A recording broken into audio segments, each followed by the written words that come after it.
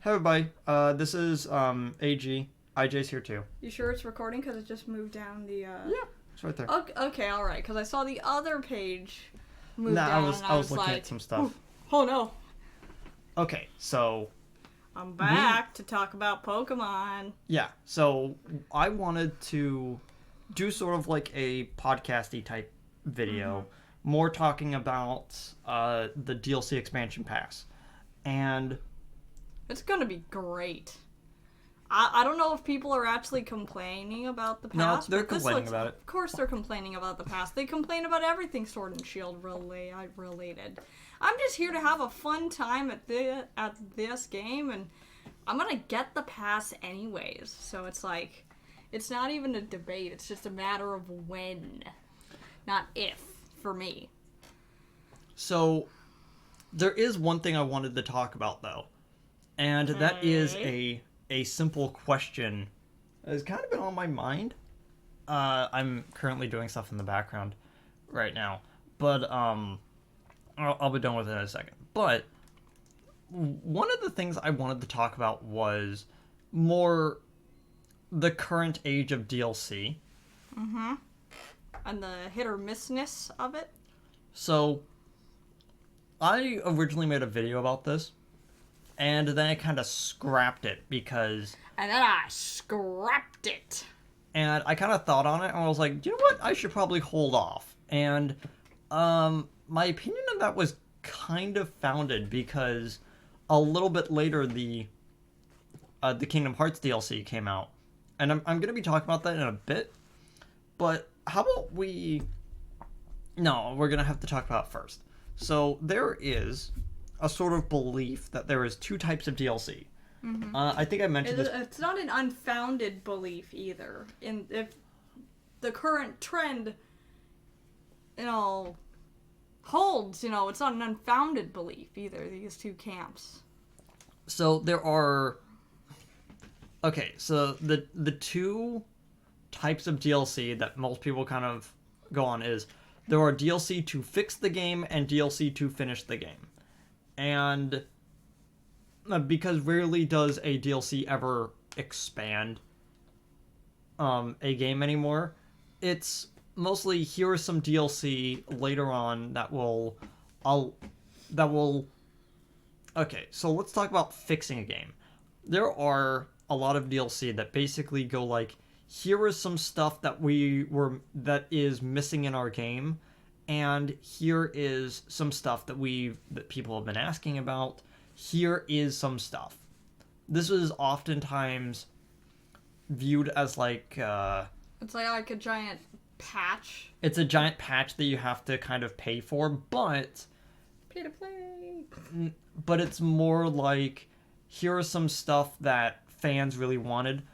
A lot of people point to the type of DLC that is like this is more of like the type of like fighting games where it's like, here is a character that people wanted, so we brought him into the game, that is kind of filling in a void that people wanted, or here is some new types of content that will fill in a niche to help people come in. And there are already going to be people that are kind of like, okay, I kind of see where the other one is, but we have to kind of talk about what does it mean for a DLC to finish a game, because this has always been kind of a practice in DLCs. The most blatant one was Asura's Wrath back on the PS3, in which they took the last two chapters of the game, removed it, and sold it again for $10. That's scummy. And thankfully, they actually then put in a fun boss as another DLC on top of that. But it's not really too interesting.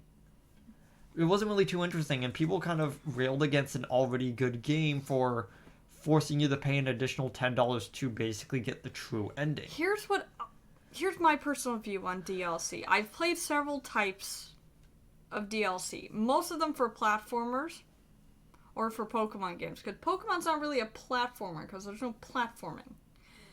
No, it's It's a a giant monster monster hunting game. Yeah, it's a collectathon. But so Well, collectathons are more of you complete a puzzle and you get a reward, and then you keep doing more puzzles in different areas that with different themes, and the more you get of something, the more you can improve yourself on it. It's usually in that type of style. yeah. But my view is that a DLC should be used to, if you're gonna do a DLC at all, because this is much more important if you're gonna have people pay for it. You need it to actually be an experience worth paying for. Like, the main DLC that comes to mind is the Breath of the Wild DLC, which is a difficult DLC for someone like me. Some of the bosses are really hard in that DLC. Other bosses are kind of fun. There are some fun things to do in that DLC. There's, cool, because in Breath of the Wild, I like to collect stuff. I'm still doing it. I just like to collect armor sets and just have things in the world. That's why I haven't defeated Ganon yet. So a DLC needs to strike the right balance of having enough content and enough material that it's worth paying the money for, or it's worth the download space to invest into it to get this DLC in the first place. And because I am of the firm disbelief that a DLC should ever finish a game. I am of the belief that you shouldn't need in DLCs you should generally try and strive to be about 3/4 of the way done with the game at least, if not completely done with the game.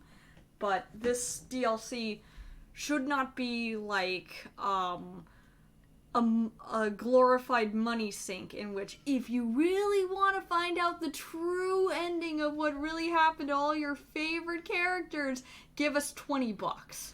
Yeah, and it's why I kind of brought up Kingdom Hearts a little bit, because the new DLC came out and everyone was really excited, and then a bunch of free stuff came out right before, and they're like, oh, okay, so it's like, here's a free weapon for completing the critical mode, which is basically hard mode, is if you get hit twice, you die.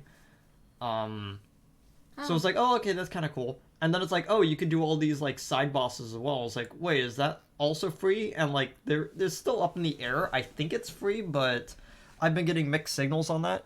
So, but, like, they also released the hard mode for free. And then when the $30 DLC came out, people kind of sat back and said, okay, so it's a bunch of repeat fights. Only, like, 2 unique moments in the entire thing, but it did update it did update a lot of cutscenes. It was like, oh wait, no, that was added to the main game as for free as well. It's like, oh, okay.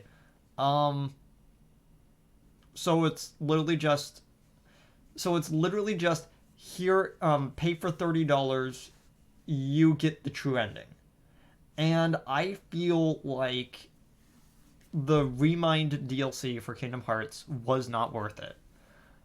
Which is unfortunate, especially in a fandom like Kingdom Hearts that have been waiting for this game for so long. Yeah, and because that's the thing as well.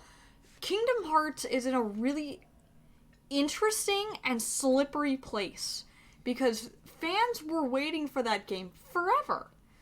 And I only recently caught on to even what Kingdom Hearts was in the first place. I'd seen stills and shots, but we never really had a PlayStation growing up. We were Nintendo kids. Yeah, it's like technically the first game. We can't afford multiple consoles, and we had a Game Boy. Technically, like the first game that we struggled to, like, we were the type of kids that grew up with Dr. Mario and Rayman 2. So it's like we. That was as scary and as difficult as things got. And the best part is that we didn't have a memory card, so we would have to restart both of those games over again. Our dad and you made, like, We kept it on the entire weekend. Day. Yeah. A whole day. We eventually beat that boss, and it was really great. I watched. It was awesome. Yeah. And I helped by bringing toast. But still, like, could you imagine, back in the day, a game that, like, one of those, like, old collectathon games, like, let's just say, like, let's take, Banjo-Kazooie. Okay, yeah. Imagine if the final boss with Gruntilda was DLC for $5. Oh, that sucks. No one would. $5 for an additional boss fight. Back in the day, that was the only boss fight in the game. Okay, and it's like it's true. But that's effectively what the Kingdom Hearts DLC was, where it was like, hey, do you want to see how Sora didn't end up dying, but then ended up dying anyway? Well, here you go. So, second verse, same as the first, basically. What's even the basically, point? And your big payoff is now you get to see an extra little bit onto the ending cutscene. That's it. Yeah, that doesn't seem like it because was worth it. The limit cut stuff is where you get the new secret bosses, where you get all of the cool guys, and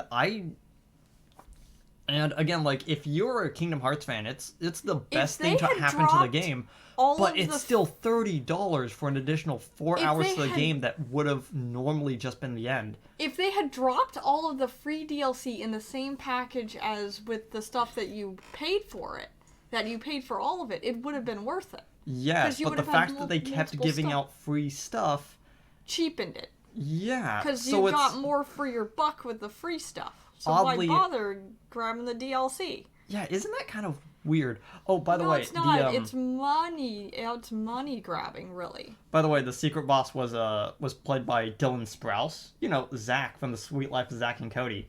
He's been making the rounds. His brother, meanwhile, is playing Jughead in Riverdale. So is that thing still going on? Yes, it's still going on. So you can probably figure out which one had the better. Tangent.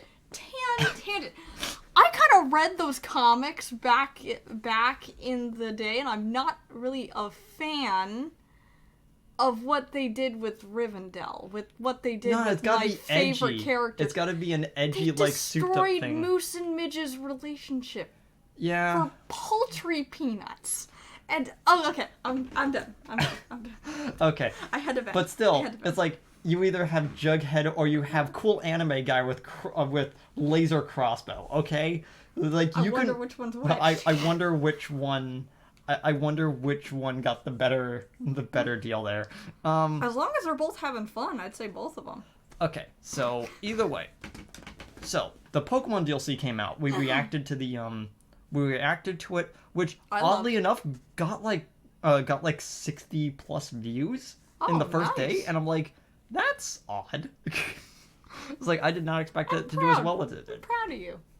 So we sat there and we enjoyed it, but like, so because I'm the type of person to always like look at other people's opinions, I immediately went to the podcast I bring up sometimes, Big Think Dimension. They are a great podcast, and I do advocate for what they say, but they are incredibly negative when it comes to things that waste their time. Where it's like, I didn't like this. Why are they playing the game at all? Well, no, it's because they are kind of negative sometimes, but they do have some of the best tech opinions, like in gaming podcast. Also, they don't talk about pro wrestling, so that's also a plus. How is that a plus? Okay, there was a lot of gaming podcasts that were like, so in wrestling today, and everyone just kind of sighs. I'm interested in like a morbid curiosity spectrum. Instead, they have to keep talking about how Taco Bell messed up their order insteord. So I guess it levels out. That's what Burger King and Wendy's and everyone always do with your orders. Yeah, it's why. Either way, I was sitting there and they brought up this whole thing that I mentioned where it's like it feels like the Pokemon DLC is finishing the parts of the game that was left out. And they were mentioning it like Well, they could have had these 2 areas and just had them in the base game, while at the same time saying that they didn't want that to happen with Kingdom Hearts. Even though they got Here's a the DLC thing. that finishes the game, they were more apologetic on it. And I I don't want to really like say that they're hypocritical, but it does kind of feel like that they're throwing Pokemon under the bus when they would rather not throw Kingdom Hearts under the bus. Well, they've got no choice. People have been waiting over a decade for this game. Yeah, They're and not then going to throw Kingdom Hearts over the edge. But here's the thing. but the thing I is was that most think- people that play Kingdom Hearts play the Final Mix version. So you have the original release and then you have Final Mix in which they put in like effectively $10 more of content onto the game. So it's like, okay, that's kind of cool. They asked you $30 to add that stuff, to add all of the stuff that normally would be in it as DLC. And so some people are like, it's okay. And I was like, but you know, it's Yeah. like Here's the thing. still feels I'm kinda scummy. thinking of just the areas, and I'm thinking there's no time in the story to suddenly introduce these 2 areas. But there's still people Unless that you go say, really oh, off they the could have just beaten added those in the post game. It's like, no. It's like, what are you talking about? It's like, Pokemon hasn't had a really good post game in ages. Its post game is basically DLC content, either way. And how much are they asking for the expansion pass again? $30 for both parts. For both parts. So actually, that's really good Yeah. for both parts. But you would have to um, pay for... If you have a sword version and a shield version, you have to pay for it twice because it is an expansion pass for sword and an expansion pass for shield. Good thing I'm not doing that.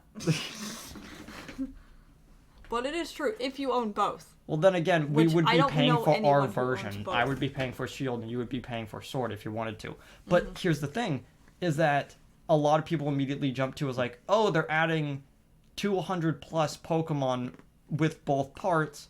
I was like, so it's basically $30 to get 200 more Pokemon. I'm like, no, you don't even need to pay for those. You can I'm you not can in either this. trade with someone or you can import them from home, which I don't want to go into the rabbit hole that is Pokemon Home because we got some information.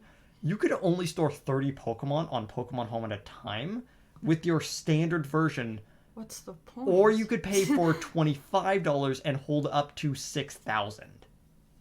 And it's like, what's the point? It was like, it feels kind of weird. I don't want to go into the. It might again, I change don't want to go Pokemon. into it too much. Because this but isn't it the time of the place because does- we're talking about the expansion It pass. does feel like that Pokemon Home is more of a here is where you hold your Pokemon for a limited time and then you send it to another game. And most people used Pokemon Bank as a storage unit.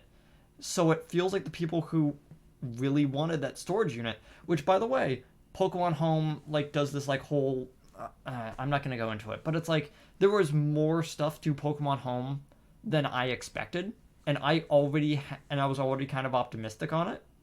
So there's that. But the fact that it's like, oh hey, I know for a fact that Slowpoke is going to be in the expansions. So when I get Pokemon Home, I could take my Slowpoke, my Slowbro from Let's Go. I could even take my Slowking from maybe like Omega Ruby Yeah, 'cause Alpha you have to Sapphire, import remember. it from import all 3 of them into Home and then into Pokemon Shield and then pull those back out if I need to. I was like, and I kind of feel like that there is sort of a there is sort of a problem, but It feels the like to fact me that they you do not only- need the DLC to get these Pokemon is important. Like, Also, it feels like the added Pokemon was more of a consolation thing that wasn't in the original. Yeah, That it really they're does feel like- spearheading it because people were complaining so much and whining about it. Well, They also- whining's they also not probably really the saw- word. Raging is the word I would. they use also probably instead. saw when the game came out, they said that their favorite aspects were the wild areas. So they said, okay, here's 2 wild areas. The entire story is just going to be in the wild area. Which is and my people started favorite part. clapping, going, I wished all the routes were like that. Could you imagine if each route was a mini wild area? Oh, that'd be so cool. Yeah. And I definitely spend more time in there because right now I'm gearing up to face on to go through the Elite Four bracket, which is like the end of the game. you're Parts one fighting and 4 two. gym leaders. It might as well be the Elite Four. Yeah, but But there's only 3 fights. But parts 1 and 2. But so here's just my personal is that the wild areas are my favorite parts of the game because it's the easiest way to level up Pokemon. they're also Like, previously, it would take me days to level up a full team, the amount I would need, and I never have gone this high on a team because I don't want to take a pause in between fighting the final boss and going into the post game. I don't want to even pause because I've really got no time to do that. yeah. And so the wild areas are really my favorite aspect. I just like hanging out in that area. yeah, and so the fact that they're gonna put these stories in like their in these big wild areas, and a lot of people are like, it was like, oh, they're just doing this because the story is unfinished. Where it's like, well, this is post game. I will say, the ending is very rushed. Like you get to the top of Rose Tower, and they just have a slideshow. They don't have a cutscene. They don't have that. It's a slideshow of images, and it really does feel like that they did not have time to finish certain aspects of the end, especially how Macrocosmos, the steel guys, come out of nowhere. And then it's like, oh, don't worry. They should have seeded them out a little bit through the game, so that's not Like, really a rushed end thing. That's yeah, really a the poor only execution thing is like, oh, if you see that factory over on the ridge, that's something that Chairman Rose owns. Okay, I'm out of here. And I was like, oh, okay. It's like it really does feel like that there are some aspects of the story that were unfinished. Which I will. But the DLC is not giving you more of the Chairman Rose story. I mean, they could in the it's and they might currently believed that the Crown Tundra is going to basically be Chairman Rose like living out some sort of community service by like helping you go through the area. That might be cool. But then again, I still wouldn't trust him as far as I can throw him. He tried to destroy the world. I'm also still under the impression that Chairman Rose used to be the Steel gym leader because all of his... We might get to fight. We might get to face him in like a Considering new gym gauntlet, which I would really like is having more gym fights and more wild areas. Yeah. That's my definition of a good fun time. Then again, I'm also Shield. under the impression that Leon used to be the ghost gym leader because he has 3 ghost Pokemon on his team. Oh, that's an interesting thing. Yeah. It would also explain why your hometown doesn't have a gym. Yeah. Because Spike Myth is like a rare town where it's got a gym, but it doesn't have a stadium because it's just too basically small. a basketball court at the end of the hallway where they hold like impromptu concerts. I went back to Spike Myth just to hang out there. Yeah. I took Spike time Myth out is also to an do area that that people say is unfinished, and it's like, you mean the battle's like, no. It's like, I don't like how it's a hallway. It's like, dude, there are some cities in England that are just one street. I mean, technically the town we live in is just one street too. Yeah. It's just one big street and a bunch of small back streets, which is what most of the towns are. You can see other houses in the background. Okay, so, but taking all that into consideration, these are new areas that you have to get the DLC to go to these areas. And they look really cool. These aren't like... And even though I have some look misgivings like... with the story itself, it's not finishing the stuff that was left. They're basically adding to the stuff that's already there, which I feel is kind of Game Freak's way of dealing with stuff, where they're like, you know, we could have actually made a third version, but you would have been upset about that. So instead we're giving you a DLC so you don't need to re-gather up all your Pokemon again, but that also is a double-edged sword because it means that they're not going to be finishing up the stuff that's unfinished. And I feel like that would have been like the big caveat to it. It's like, okay, you're releasing a third version, but at least at least we're getting an updated version of what's already there. And I feel like that double-edged sword is probably going to come back to bite them. Because well, it depends on what these... Because we're really not seeing the full scope of this game here. We're seeing, like, a couple tidbits and a couple seconds of these areas, along with the legendaries of the area. I mean, if we each don't really DLC... have the full part. If these are, like, full areas with, like, multiple stuff to do, then... you know, it's gonna have the best of both worlds, because it's not $60 for it, unless you've got both games, in which case, I'm sorry, and you're gonna have to pick your favorite. But, yeah, you're most likely gonna go, I'm gonna play the DLC with this version, and then I'm gonna just transfer them to the other one, maybe? Most likely, your average family is gonna only have one of these games. So they're not, and that's if they buy the DLC in the first place, and they don't move on to some new game. Then again, so it's not like you're having to buy a whole new game for your kids to play. Because remember, Pokemon is still a kids game. They still have to market these games to like 10-year-olds and their families. I will say though that one of the things that really disappoints me is that I've often found that the third version is usually my favorite. I would say that Pikachu, that yellow version is fundamentally better than... Well, they had more time to spit and polish the game. Yeah, is fundamentally better than red or blue. They took out some of the bugs, even the best bug of the game, which is sad, but they took it out. Emerald was better than Ruby and Sapphire. Platinum was better than Diamond and Pearl. And I feel like that the big problem that they've been running into ever since is, since there's two versions, let's put out two updates instead of making one together. Black 2 and White 2 were. Yeah, they should not have done that. They should have just went gray. Which it was your only chance to get Eevee, which... why would you put Eevee in, like, the follow-up game and not the actual game? Well, that's because that they tried to limit the national decks to just the new Pokemon coming out. And people hated that because there were no... is because they also had a new design team, and so a lot of the new Pokemon just was not appealing. So... Garbodor's not that bad, though. Trubbish has a stupid face. Cute. Trubbish is cute. Garbodor looks like a doof. Yeah. Trubbish is cute. Although I like poison Pokemon, so it's hard for me to slam poison Pokemon, especially when I got a new legendary poison type, second ever to come out. Yeah. Well, technically third, because that first one had an evolution. But you get my point.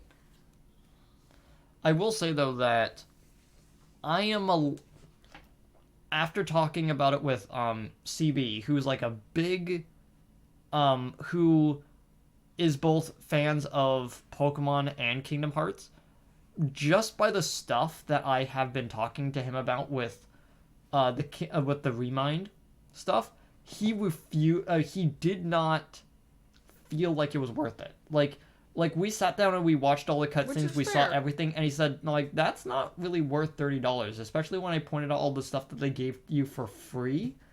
That why bother having that last fight unless you're like an extreme unless you're a really big fan and you really want to see your favorite character have a really cool moment, because this is the end of the series for now.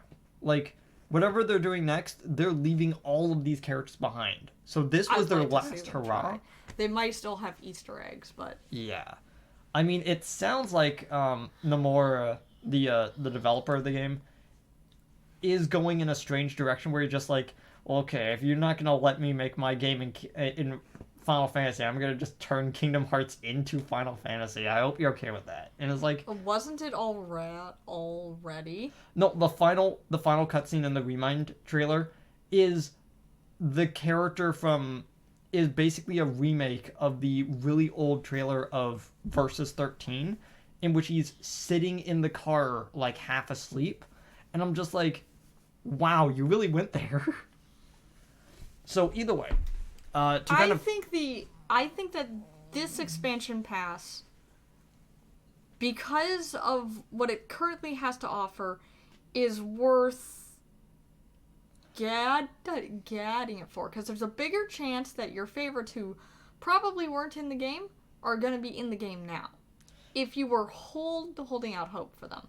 I mean, and not just playing the game, but yeah, why because would you I wait remind this you, long the to buy same the game? cost as the Kingdom Hearts DLC is going to be 2 wild areas, co-op raids, Probably a new gym or two. a new gym or 2. We also get to see do who we have the 2 confirmation on there being 2 new gyms or just the dojo? just the dojo, and it Okay. sounds like that the 2 people that you meet are effectively there just to kind of like show off the potential 2 new gym leaders. And it sounds like we might also get introduced to 2 others in the crown second half. But going off of all of that, I feel like the Pokemon DLC might be a better value. Again, we do not know because it has not come out yet, so we can't see their execution. Because the part that faltered for Sword and Shield, and it's why it's not my favorite, because it's going to be really hard to defeat Platinum as my favorite Pokemon game. True. But where it falters is the second you hit the last town, it's basically like, oh yeah, here's all the stuff we forgot to mention. The game's still good though. And it's like, okay. The only thing I can imagine them doing is tackling more. Because I know I said this in the last game, but it really did seem like they were gearing up for Leon to be at least involved in what Rose was doing. But, he turned out to be the gullible doof friend, which is where Hop gets his gullible doofness from. It just seems like it's like passable. It would be really sad to point. see the guy who always gets lost, the guy who's like always like happy and cheerful, the guy that like always kind of has to be reprimanded for like going in guns blazing. It would be kind of sad if it turned out that guy was the villain the whole time. But I did like how all the theories that came out before the game came out basically was calling Leon was the villain. And so if they did go down that route, I feel like people would have been a little bit more hesitant. What I would have liked is to find out that Rose had been propping up Leon the whole time, and most of his battles had been rigged. So he is continuously the strongest person because he's got an unfair advantage. That would have been interesting. And then like Leon just go like, no, I'm gonna give up my title because I do not want to be known as the person who was involved in this. There's a term for it. Yeah. But it turns out Leon is innocent of all charges, and I wound up with egg on my face because I took one look at him as the game was going on. It's like, you're really pushing the nice friend angle. We've never been friends with the champion before. Yeah. This is all of the setup for an anime betrayal. Yeah. And secretly I'm glad that they didn't go with it. Yeah. Because turns out Leon's a giant sweetheart. He's a marshmallow. And I feel bad for all the stuff he went through in that game. I know it kind of feels like a weird tangent, but I kind of want to bring up Macrocosmos again, because I feel like that is the biggest problem with Sword and Shield as a whole. It's kind of became like a mini review of Sword and Shield as well. But it's like, at the end of the day, when was the first time that you saw any inkling of Team Rocket in Red and Blue version? You saw them in not the Cerulean Cave, but it was in... What's the name of the first cave? Mount Moon. Mount Moon. Where When was the first time you heard their name uttered? depends. Are we talking about yellow version? The second you enter Mount Moon, you can hear from someone talking about Team Rocket. That there were thugs in the area. In the Let's Go games, they basically put Jesse and James in the first town to even allude to them earlier. Because that's where they show up in the anime. Yeah.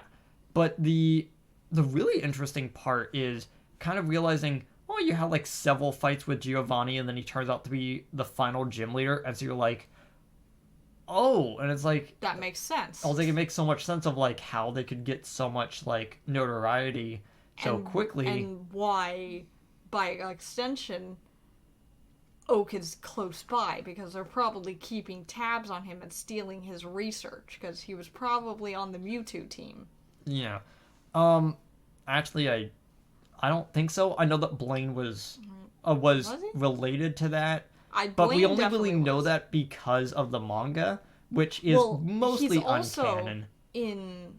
Mr. Fuji is absolutely part of the Mr. Fuji. Mr. Fuji. Mr. Tucci.